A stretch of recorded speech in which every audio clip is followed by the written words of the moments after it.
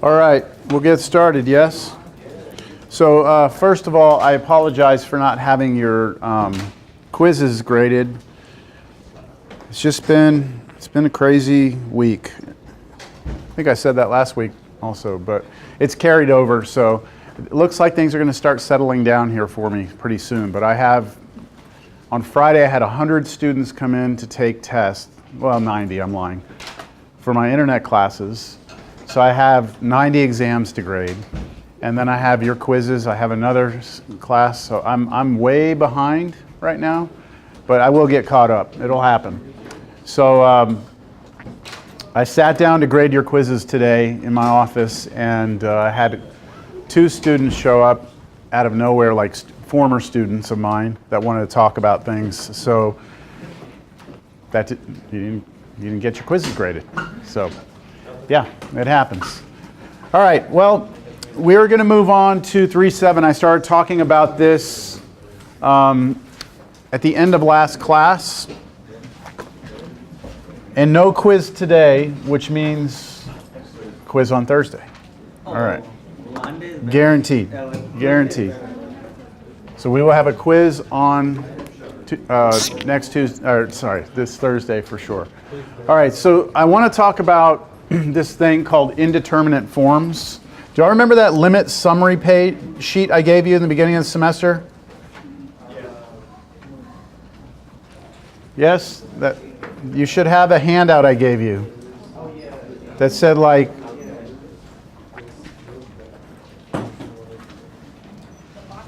yeah, the one with the boxes on it.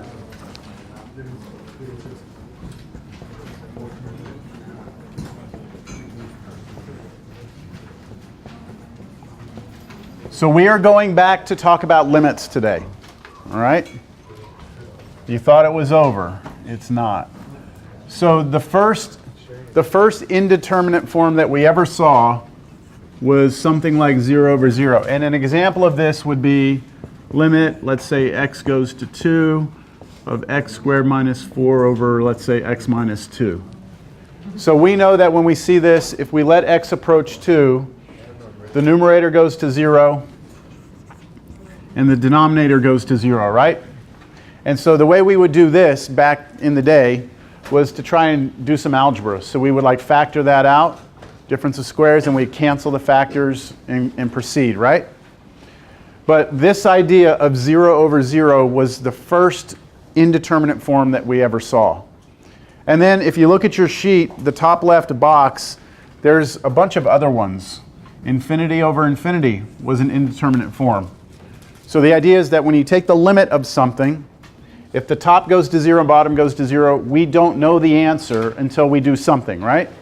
If the top and bottom go to infinity, both infinity, we don't know the answer. So we have to do something, right? So what are the other indeterminate forms listed there in that top left there? What's the next one? 0 times infinity? 0 times infinity. This one always confuses students because here we are not saying that it's 0 like the number 0. We're saying it's approaching 0 times something that is approaching infinity. So let me give you an example of that third one. Limit, let's say x goes to infinity of 1 over x times e to the x. So if I look at this one right here, if x gets really big, this goes to 0, right? And this one, e to the x, we know that that graph, when you look at it, as x goes to infinity, it starts getting huge, right? So it goes to infinity. So the form of this limit is 0 times infinity, right? So the 0 here is not actually 0, it's just a very, very tiny number. Okay, so that was an indeterminate form. We don't know who wins. Which one wins this war? We don't know. Another one was infinity minus infinity, right? That's on your sheet. So for that one, again, we don't know who wins. Something is getting really big. We're taking away something that's getting really big. We got to do something. And then I think there are 3 others. What's the next one listed? 1 raised to the infinity. What's the next one? 0 to 0, and last? Infinity raised to 0. So let's talk about these 3. So this one right here, let me see if, trying to think of one just offhand that I could give you an example of. Something that goes to sine of 0, no, cosine of 0 is 1. So let me do this one. How about this? Limit x goes to infinity of cosine of 1 over x, okay, but then all of that raised to the x. So take a look at this. What happens as x goes to infinity is first that goes to what? This right here goes to what? 1 over infinity, which is headed to where? 0, right? So this is a fixed number on top. The bottom gets big, that gets small. So this is headed to 0, right? What is cosine of 0? 1. Yes or no? Yeah. Yes? Okay. Yeah, you sure? Or are you just being agreeable? You sure or no? You're sure? Okay. So this is headed to 0. This is cosine of 0 is 1. So the base is headed to 1, right? But what's the exponent headed to? Infinity. So why is that a problem? Why is that something we can't figure out what's going on? Because I thought you were taught in algebra that 1 to any power is 1. Like 1 squared is 1. 1 to the 10th power is 1. Why is this something we can't figure out? Is this really 1? No, it's approaching 1, right? So imagine this base right here, this right here. If we start letting x get really big, this right here is going to be approaching 1. So maybe it's like 1.000001. Maybe it's really close to 1, right? Now if I raise that to a big power, it's not still 1, right? It's going to be that times itself, you know, how many times? Well, a bunch of times, right? So it's like the base is sitting there going, I want to be 1, you know? And if I'm 1, then me to any power is still me, right? And the exponent's like, wait a minute, you're not 1. I'm trying to raise you to bigger powers. I'm trying to make you like blow up, right? So they're like fighting with each other. Look at the next one.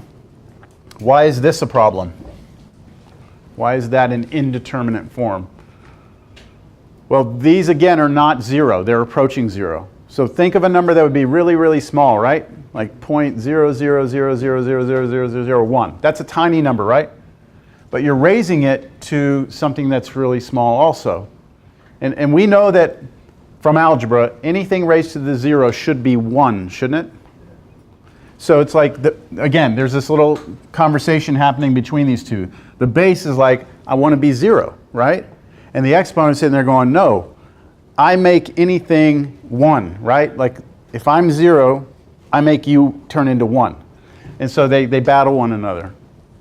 And this is the same thing. The base is like, hey, I want to be real big, I want to be real big. And the exponent's like, no, I make you 1, right? So you can't determine just by looking at these what's happening. Now there are some other things that you could get that are not indeterminate forms. And we need to make sure we understand when we have a problem, when we don't. So what if you had something like this? What if you had infinity to the infinity? Is that an indeterminate form? Well, the base wants to be what? Big, right? And then the exponent's like, I'll help you, right? I'll help you get big. Because it's going to raise it, it's going to multiply times itself. So this thing just gets huge. That's not an indeterminate form. A lot of students think just like any way they mix up 0, 1, and infinity, they get indeterminate forms. How about this one? How about 1 to the 0? Right? The base is like, hey, I want to be 1, right? The exponent's like, well, hey, that's what I do, right? I make you 1. So this is not a problem either. Yes? So you can say that indiscriminate, or I mean indeterminate forms are anything that's conflicting? Yeah, they conflict with what they're trying to do. They're conflicting with one another, yes. Well, for these, and that one there. This one's not so much conflict, and these two aren't really conflicts. These are just ratios, and we don't know what the ratios are. What else would be something that would be non-problematic? How about 0 to the infinity? That one gets people sometimes. That is not a problem. So the base wants to be 0, right? So it's really small. And then this raises it to bigger powers. So think about that. If you have a small number, let's take a small number, and it's really not that small, but let's just take 1/10. That's pretty small, right? And let's raise that to a big power. Let's raise it to the 10th power. That's 1/10 times 1/10 times 1/10, right? So when you do that, 1/10 times 1/10 times 1/10, and you keep doing that, right? You wind up getting 1 across the top and then 10 to the 10th power on the bottom, right? So 10 to the 10th power. This is a big number on the bottom, right? The numerator is still 1, so this is going to be tiny, isn't it? So when you take very small numbers and raise them to very big powers, they get smaller. And so this is like, hey, I want to be 0, and this one again is like, I will help you get to 0. Make sense? Okay, so we just want to make sure that when we're looking at these limits today, that we are looking at an indeterminate form before we do anything. All right. So we've talked about these. I mean, we've done these limits already in the past. So what's new today? What's new today is we have a major contribution by a mathematician named L'Hopital. And his name is actually looks like La Hospital, but it's pronounced, at least the way I've been taught and what I've read and seen, it's L'Hopital. All right? You have this thing called L'Hopital's rule. And you know, being a math major myself, I never took a class called History of Mathematics where we learned about all these mathematicians, but I do know about quite a few mathematicians. And L'Hopital is one of those mathematicians that there's not a lot that I've read about this person, L'Hopital. This is like his big deal right here. And there's not a whole lot more. I'm sure he did more, but you know, if you look at him compared to like Isaac Newton, right? Newton is a father of calculus, but he's also in physics, and I mean, he's all over the place. There's other mathematicians. I'm trying to think of ones that we've talked about in here. I don't think we've talked about many. Leibniz, right? Leibniz, okay, so he's father of calculus also. There's other mathematicians like Cauchy, Gauss, and they all have like, you know, books of contributions to the subject. L'Hopital, not so much, but his contribution is fantastic, all right? Like, yeah, it's just like, it's a great rule, and we use it a lot, even down the road, like in engineering classes and stuff. You'll just all of a sudden, just do L'Hopital, you know, that's all just do L'Hopital, you know, and so you hear it a lot. So what is L'Hopital's rule? And I told you what this was already last class, but it's been, we've had a whole weekend. So L'Hopital's rule, as great as it is, only works if you're looking at these two indeterminate forms. So we just listed out all the different indeterminate forms. L'Hopital only works when you have these two. And you may say to yourself, well, that sucks because we have a bunch of others. Well, there will be a way to make the others look like this, all right? So you know all those ones like, you know, 1 to the infinity and all that, 0 to the 0 and all those bad ones? We will be able to make them look like this, all right? There will be some strategies involved, but this is all we need, okay? So if we ever see 0 over 0, or if we ever see I have plus or minus infinity over plus or minus infinity, because it doesn't matter. It's positive here, or positive and negative and positive, any way you have, as long as you have infinity over infinity, then you can use this rule. And here's what the rule says. It's so awesome.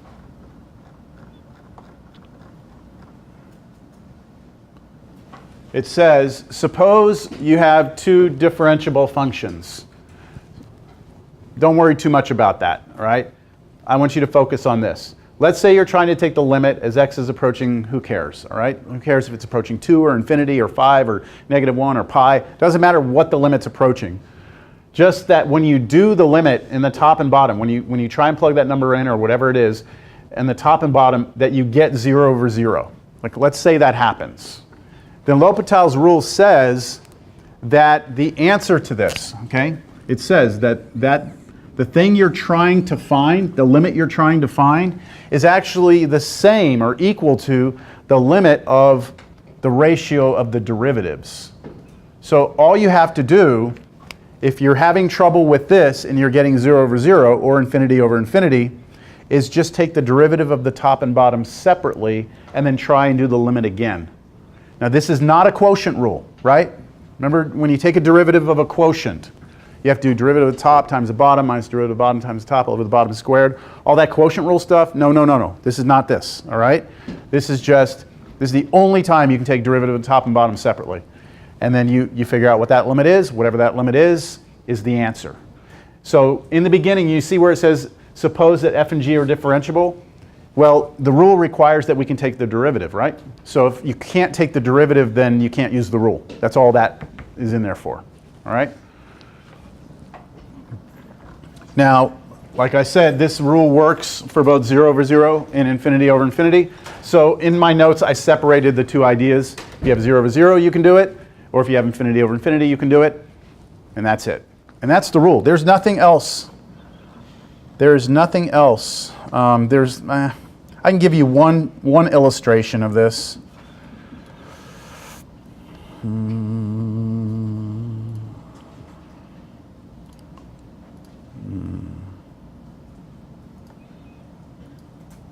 Whoa, that's too small. Still too small.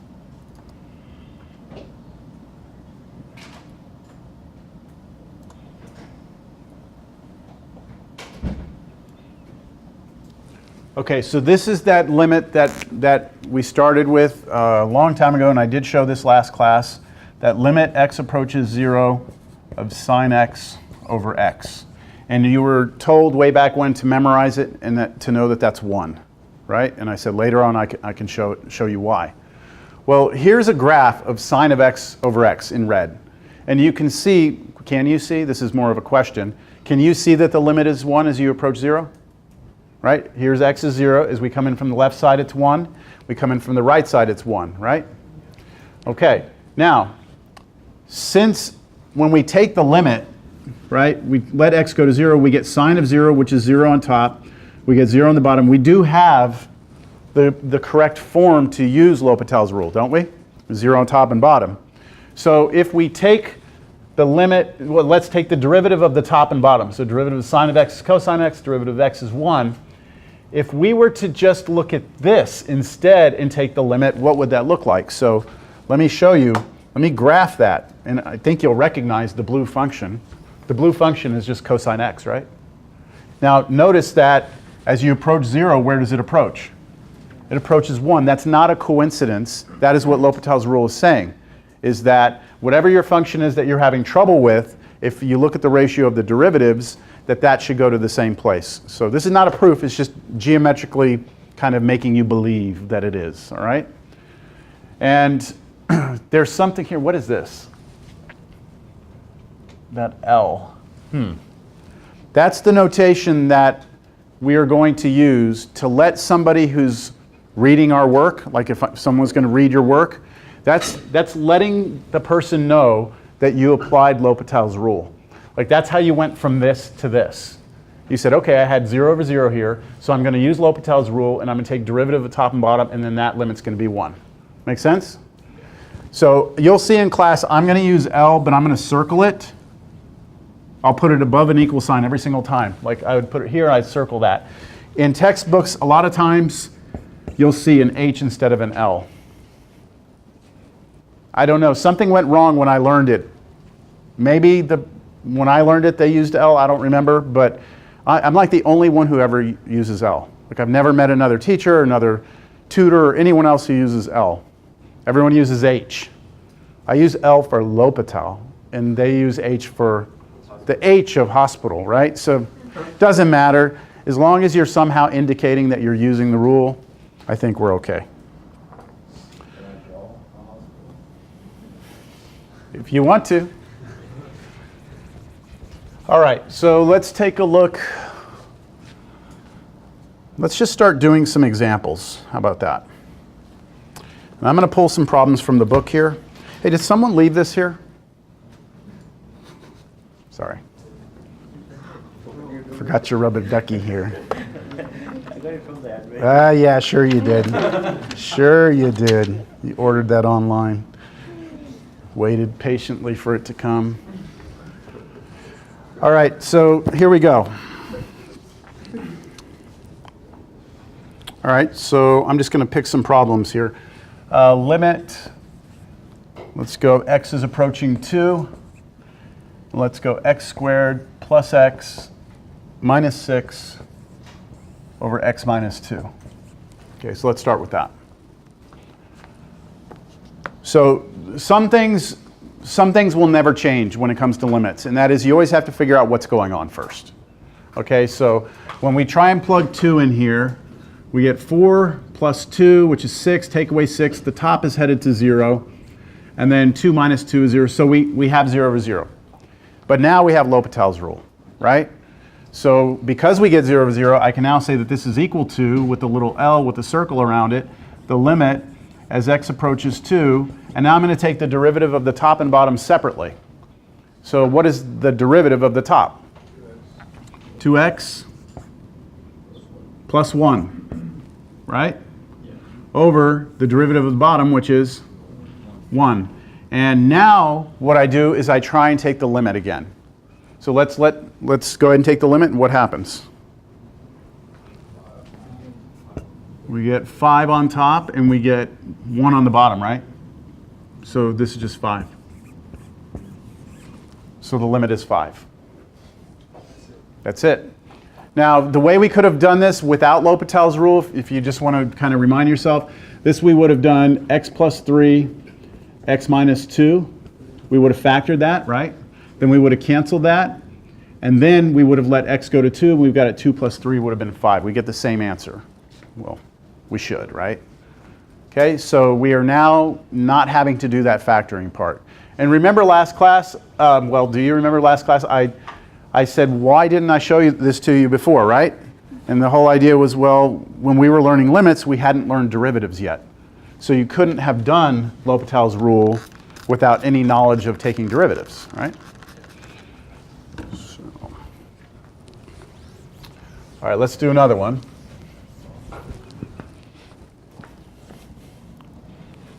This rule is this is a fantastic rule. All right, let's do the limit as x approaches 0 of sine of 4x over sine of 7x.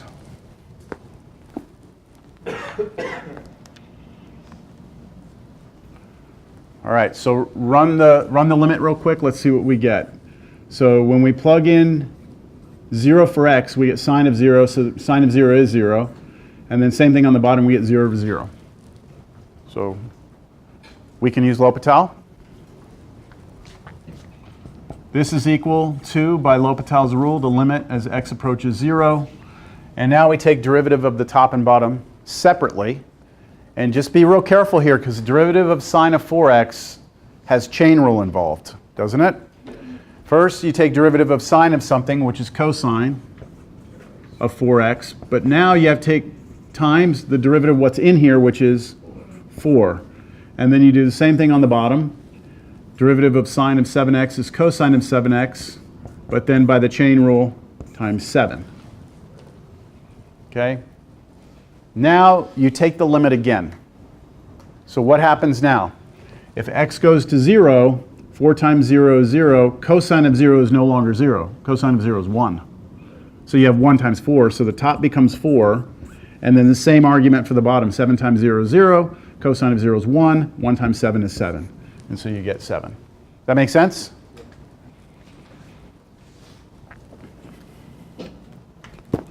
Okay. How about this one? Limit as x approaches 0 of x squared over 1 minus cosine x.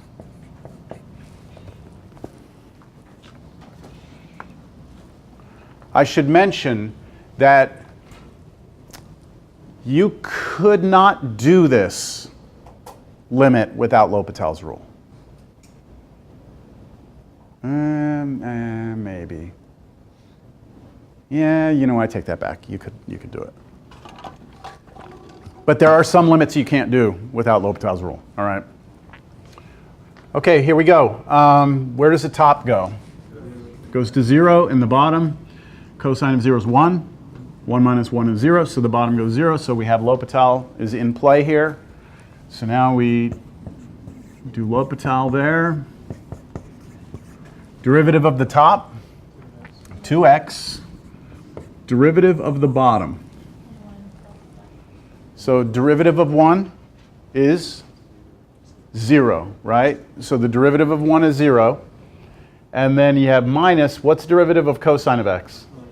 Minus sine x, but we already had a minus out here. So it becomes like minus minus, so it's plus.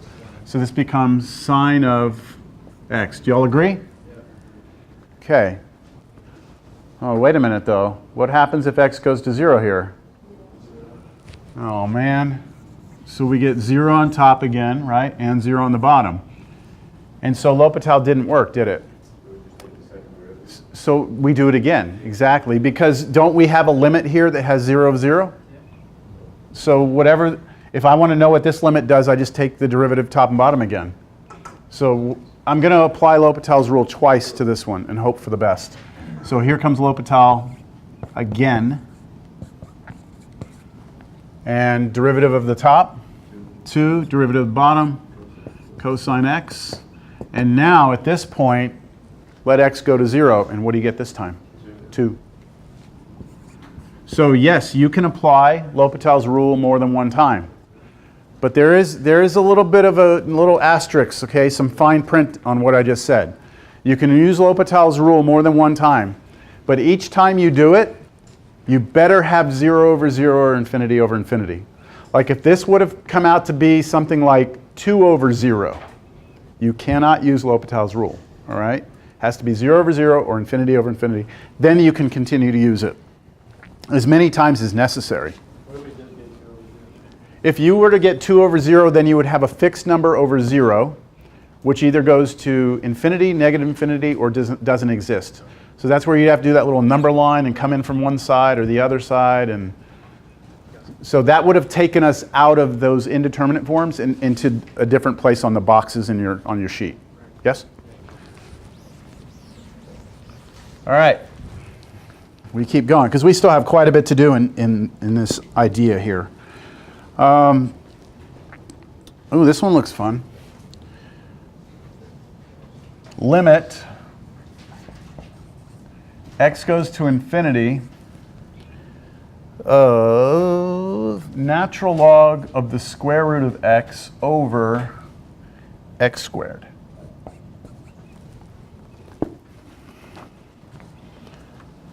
So x is approaching infinity, right? This time, not 0. So what happens when we replace x with infinity or let x go to infinity here? We have square root of infinity, right? Square root of infinity is still infinity. And what is natural log of infinity? Infinity. So that's where you have to go back. You have to look at the natural log function. Looks like this. And so when we say what's natural log of infinity, what we really mean is what's this function doing as we move to the right? It's growing, right? Slowly, but it grows. So do you agree the numerator heads to infinity? Okay? And where does the denominator head to? Infinity squared, so we have infinity. So we can use L'Hopital, can't we? All right. Curious to see how you handle this here. Let's do the easy part. Right? That's the easy part. What is the derivative of natural log of the square root of x? So what's the derivative of natural log of anything? 1 over it, right? 1 over it. So 1 over root x would be the derivative of natural log of root x. Times, now we do chain rule. We have to do derivative of that now, right? What's the derivative of the square root of x? 1 over 2 root x. Like that, right? Okay, do not do anything yet. Let's clean this up algebraically. Yeah, this right here, these two come together, right? You just multiply across. So this is limit x, oops. Sorry, that should have been infinity, right? X goes to infinity. 1 over 2x over what? Over 2x again, right? So it's 1 over 2x. Y'all understand where I got this, right? 2x. And then over 2x. So I would look at this as being a fraction over a fraction. And then I'm just going to flip this one like this. So what is the limit as x goes to infinity? So what do I get when I flip this? 1 over 4x squared. And what is that limit approaching? You have a fixed number on top, right? Your denominator is becoming infinite. What happens when you have fixed over infinity? It goes where? It goes to 0. Right? Your numerator is just staying 1 and the denominator is getting huge. That ratio goes to nothing. Yes? Can you get rid of those 2 or no? Oh, right here? No, because this 2's down here. This 2's on the top. They wouldn't cancel. You can see it right here why they don't cancel. Because when you flip this like that, it winds up on the bottom, right? So it's going to be a 4, not a 2. All right. That all right? This is actually pretty fun, isn't it? Isn't it? I'm kidding.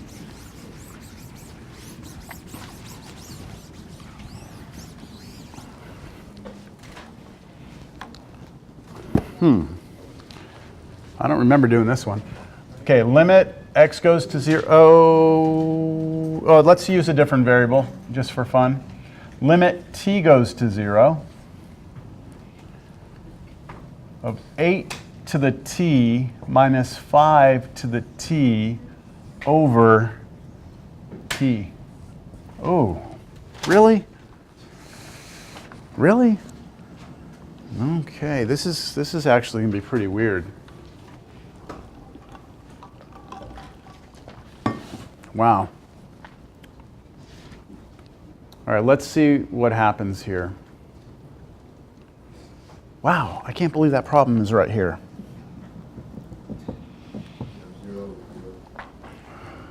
Okay, so let's do this. Oh, you know what? I was thinking if it went to infinity. I was thinking if it went to infinity. If this went to infinity, that's what I was thinking in my mind, not 0. If it goes to infinity, this is a much harder problem. But let's let it go to 0 because that's what it's asking. So 8 to the 0, 1, 5 to the 0 is 1. So 1 minus 1 gives us 0, and on the bottom, it's headed to 0. So we've got 0 over 0, right? Okay, so we apply L'Hopital's rule. So this equals, by L'Hopital's rule, limit t goes to 0. Now, be careful here. The derivative of 8 to the t is, careful, 8 to the t times natural log of 8. Okay, so we have to go back and remember this thing we had.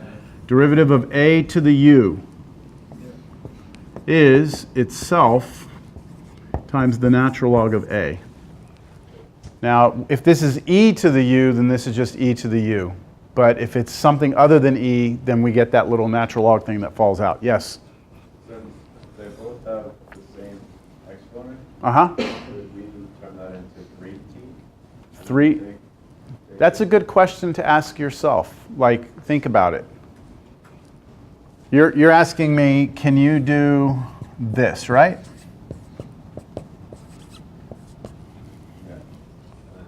what does everyone think? Can we do this? Why not? They're not the same number. What do you mean by that? I don't understand what you mean. They don't have the same base? Okay. Well, what if... They both be base 10. Well, they're both base 10 numbers. That's something else, though.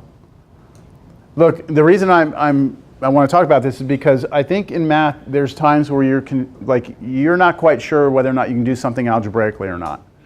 I think the best way to check if you can do something algebraically is just to test it. Okay, so let me just test this. Let me let t be 1. If t is 1, does this work? Imagine if t is 1. What would happen? We get 8 to the first power minus 5 to the first power. Is that 3 to the first power? Yeah, that's 8 minus 5, that's 3. That works, right? Now, does that mean it works all the time for every t? No, let's try a different t. T is 2. Okay, what's 8 squared minus 5 squared? Is that equal to, that's a question mark, 3 squared? So this is 64, right? Minus 25. Is that equal to 9? It is not, right? So whenever you're looking to see if something is true algebraically, you can check it. Now, if it works, that doesn't mean it works always. But if you find a contradiction where it works and doesn't work, you know it's not true. If it keeps working over and over and over, then you might have something correct. All right? So now that doesn't explain like why you can't do it. It just shows that you can't. All right? All right, let's continue. What's next? Minus what? 5 to the t times natural log of 5, right? All of this over 1. All right, let's run the limit again. Let's let t go to 0. If t goes to 0, what does this become? 8 to the 0, which is 1. 5 to the 0, which is 1. So all you're left with on top is what? Natural log of 8 minus natural log of 5, right? And on the bottom is 1. So this is your limit, which the book would not write that way. The book would actually write this. And you understand how they got to that, right? Yeah. Just properties of logs. 2 logs with subtraction becomes a single log with division. So the answer to that is natural log of 8/5. Yes? Can we do with infinity instead of zeros? We can try it if you want. Do you really want to mess with it? We can mess with it. Just want to stare at it. I mean, it's not like if we do it to go to infinity, we're going to run into a couple of issues. So let's just see why this is so bad. Okay, so let t go to infinity. What happens? Well, 8 to the infinity is going to be infinity, minus 8 to the infinity, 5 to the infinity, which is infinity, right? So the top is infinity minus infinity, right? Over, and then what's the bottom going to? Infinity. All right, is that 0 over 0 or infinity over infinity? No, why not? Why is it not?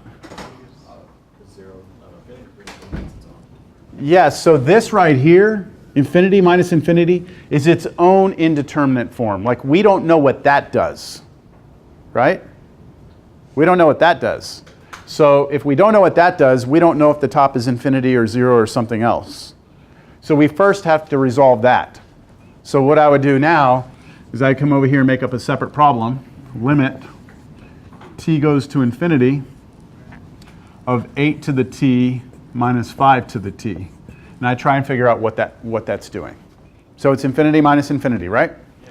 Whenever we see infinity minus infinity, the trick that we were taught a while back was to try and turn it from subtraction into multiplication. So I'm going to try and factor this. Can I factor this? Oh my goodness. Is there anything I can do? How about this? Limit, check this out. This just doesn't seem like it would be a very natural thing to do. 8/5 times 5 to the t minus 5 to the t. Do y'all agree that this is true? What's 8/5 times 5? That's 8, right? The 5s cancel?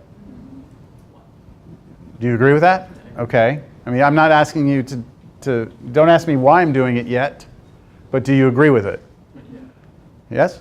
Okay, now I'm going to do limit t goes to infinity, and I'm going to make this 8/5 to the t times 5 to the t minus 5 to the t.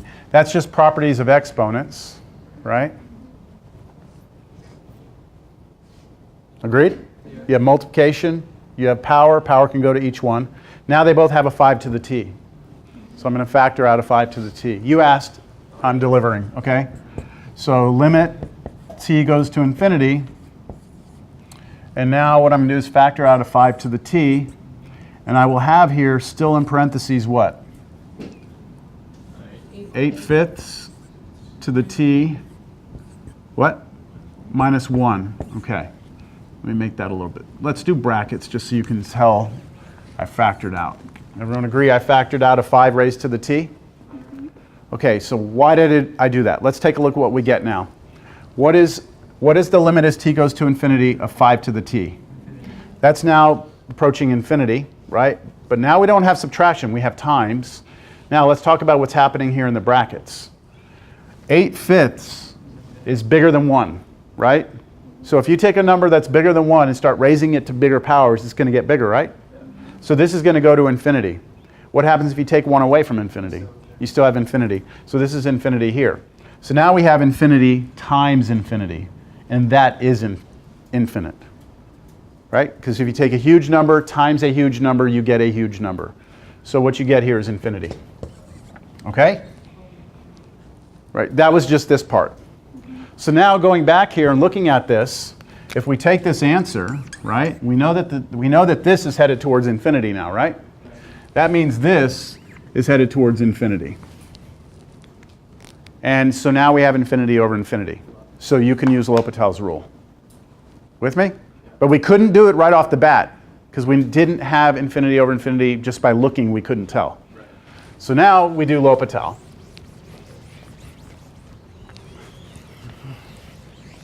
So when I do L'Hopital on this, we already did the top, right? We took the derivative of the top earlier. It was 8 to the t natural log of 8 minus 5 to the t natural log of 5, and then over 1, right? And now what happens when you let t go to infinity? You get infinity minus infinity, which means you need to do what I just did a second ago and try and rewrite 8 to the t as 8/5 times 5 to the t. And basically you could work it the same way and you would see that this goes to infinity. All right? I'm not going to go through the work again. But you do have these constants are in here now. Natural log of 8 is a number, natural log of 5 is a number, but they just stay there and just be like constants. And it wouldn't impact anything because one thing's becoming infinite and then you're taking away a constant, it's still infinite. Is that good? Is that all right? Okay, so obviously that's not, like, we weren't ready exactly for that yet. We're going to see something like this, but you know, the idea was to work up to it a little bit more. Yeah, all right, let's do another one. This one's interesting. Let's do the limit as x goes to 0 of cosine of mx minus cosine of nx all over x squared. Yeah, so when we look at that, do you see the m and the n? The m and the n? Those are constants. All right, they're not telling us what they are, but we're going to assume m and n are constants. So that could be like cosine of 10x minus cosine of 8x or something like that. We just don't know what those numbers are. Yes? I had a question on the homework. There was just one problem that it was like that, but instead of n, it was like c. Yeah, same thing. But whenever we do the other one where we take a derivative for like 2 variables at one time, like how can we tell the difference whether if it's a constant or a variable? Great question. In this book, They reserve lowercase a, b, c, d as constants. Like they say if you see those, we mean constants. And if you see like m and n, they are constants. So yeah, I think I didn't mention that too much, so I'm sorry about that. Well, I just don't want to get like confused on the test and Yeah. like the derivative for like both, you know? Mm-hmm. And Yeah, I understand what you're saying. Does that clarify it? Yeah. Okay. And during a test, if you're confused, just come up and ask me. Okay. Unless I'm not here, but I should be here for the next one. All right. All right, so what happens when you let x go to 0 here? This is 0, right? And cosine of 0 is 1. And then here, cosine of 0 again is 1. So you get 1 minus 1 is 0. So you get 0 on the top. And on the bottom, x goes to 0, you get 0 again. So we are set up for L'Hopital. Equals limit, x goes to infinity. And now we take some derivatives, and yes, we have to be careful with the chain rule here. What is derivative of cosine of mx? Negative sine of mx, right? Not done though, hold on. Times what? Chain rule. What's the derivative of mx? M, right? So like if this said 10x, the derivative of 10x would be 10. So if it's mx, the derivative of mx would just be m. So you see how that little m pops out there? Okay, what about the next one? What are we going to get? Minus negative sign again? So how about plus, right? Because it's going to be minus twice. And then sine of nx times n this time. So we got that little m and that n pop out. All over 2x.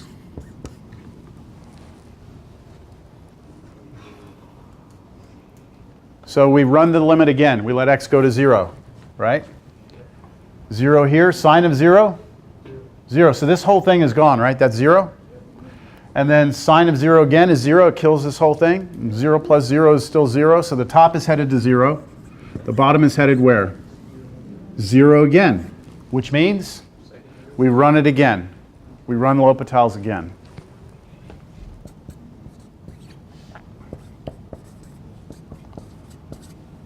Okay.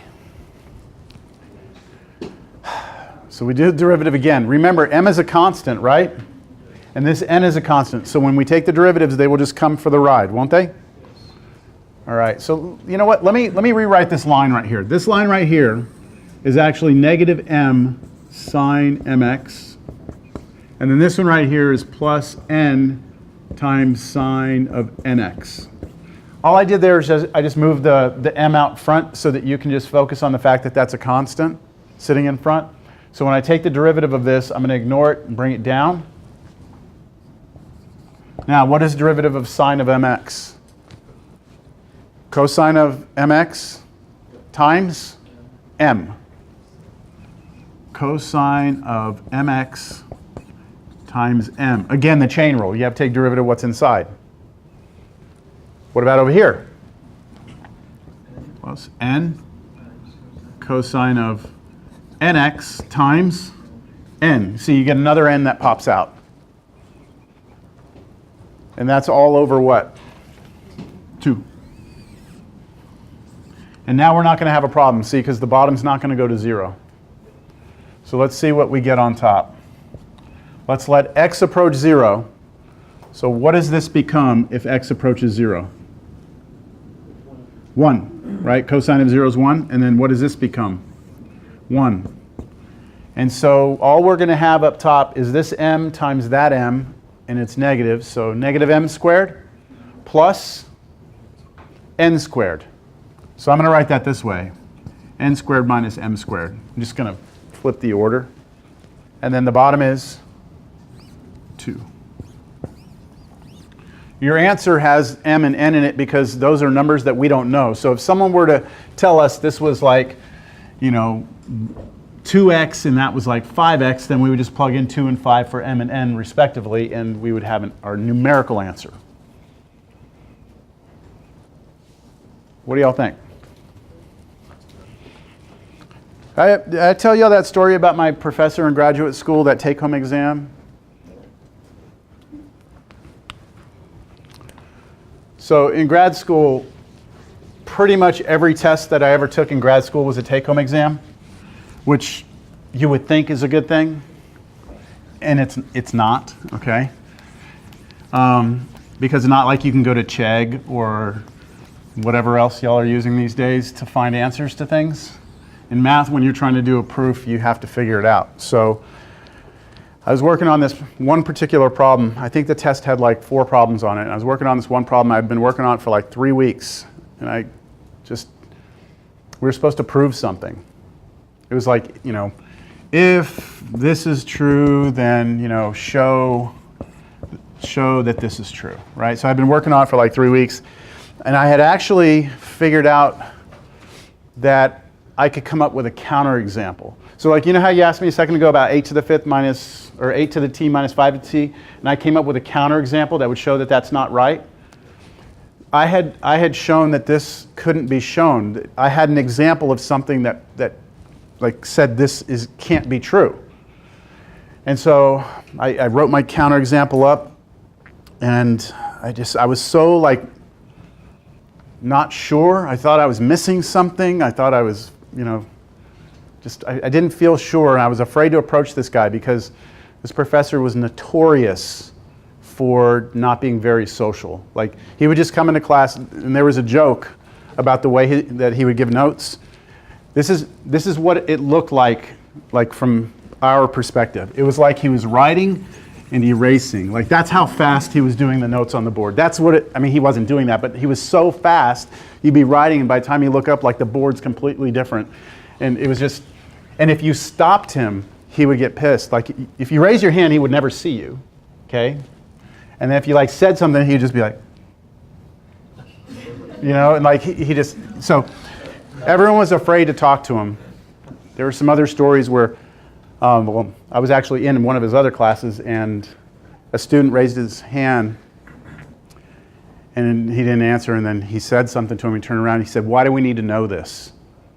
You know that question? Like, why do we need to know this? It was a number theory class.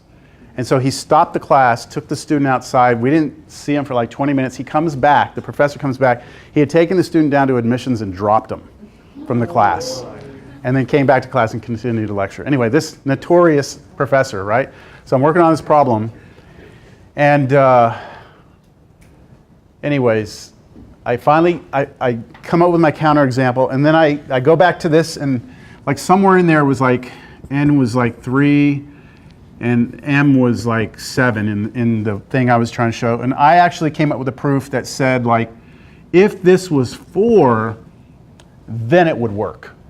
Okay, so I waited, I got my nerve up, probably went and had a shot or 2 or something, went to his office. I'm kidding, I didn't do that, but I went into his office, and he was sitting in there, and what? And I go in there and I put the test down. I say, "This question, sir, here's my counterexample. I don't think it can be shown. If you change that 3 to a 4, here's a proof, and it will work." I just kind of stepped back, and he looked at it all, and after like 10 minutes of looking at my stuff, he goes, "Oh yeah, that 3 is supposed to be a 4. It's a typo. Go tell the rest of the class." Oh my God. There was only 4 of us in the class, so it wasn't a big deal. But I was just like, okay, so it was a typo that cost me 3 weeks, right?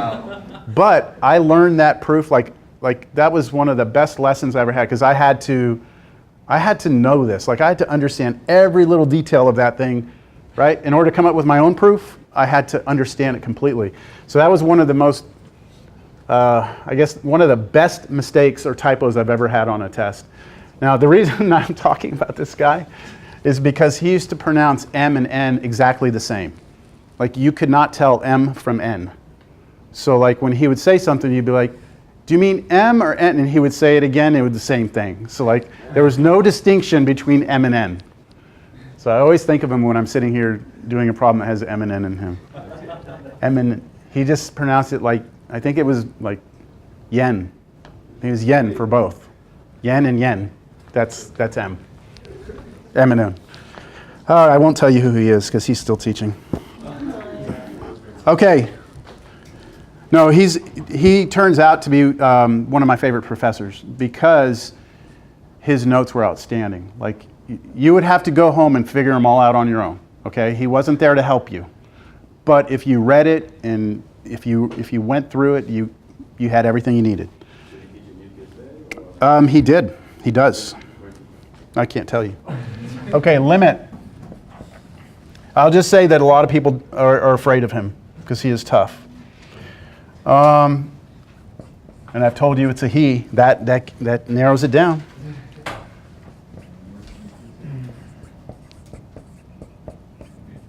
There we go. How about that one?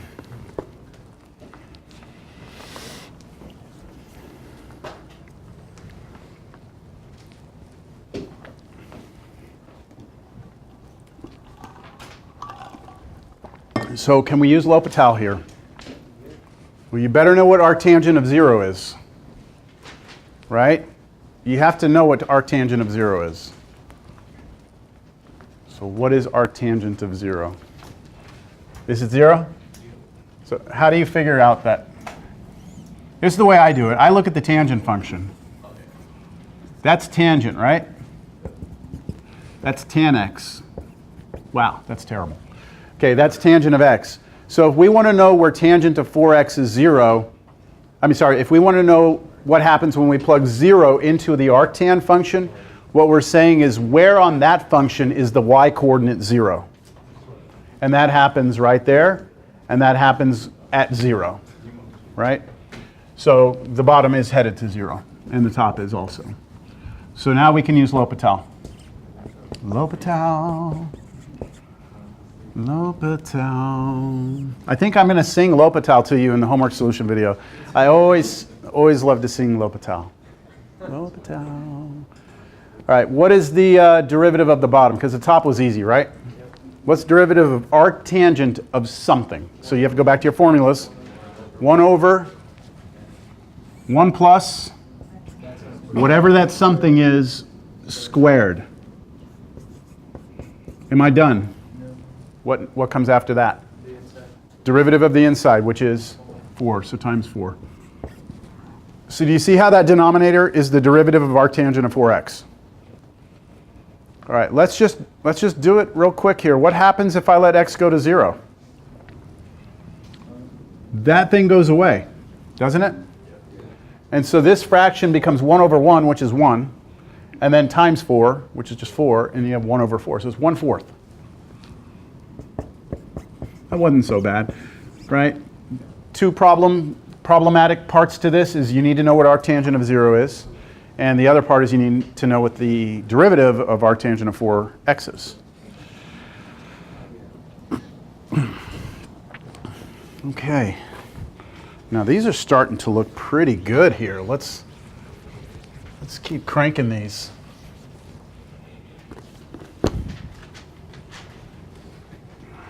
Okay, x is going to go to 0 here. E to the x minus e to the negative x minus 2x over x minus sine x. Some of the problems I'm doing here are homework problems. So just so you know, just because I think in the homework I do almost every single one of these. So, this is kind of, I used to just get another textbook and bring it in here and do a bunch of problems out of the other textbook, but all my textbooks are packed up because we had packed up our offices this past semester to get the carpet removed in this building, so I never unpacked my calculus books. All right, there we go. So what's e to the 0? E to the 0 is 1, right? So when that be 0, that's 1, and then minus, what's e to the 0? 1. So 1 minus 1 minus 0. That's 0 on top. Okay, let this go to 0. That's 0. Take away what's sine of 0? 0. So we get 0 over 0. We can use L'Hopital. Always check that. Don't just start firing away with L'Hopital. All right? You must check it.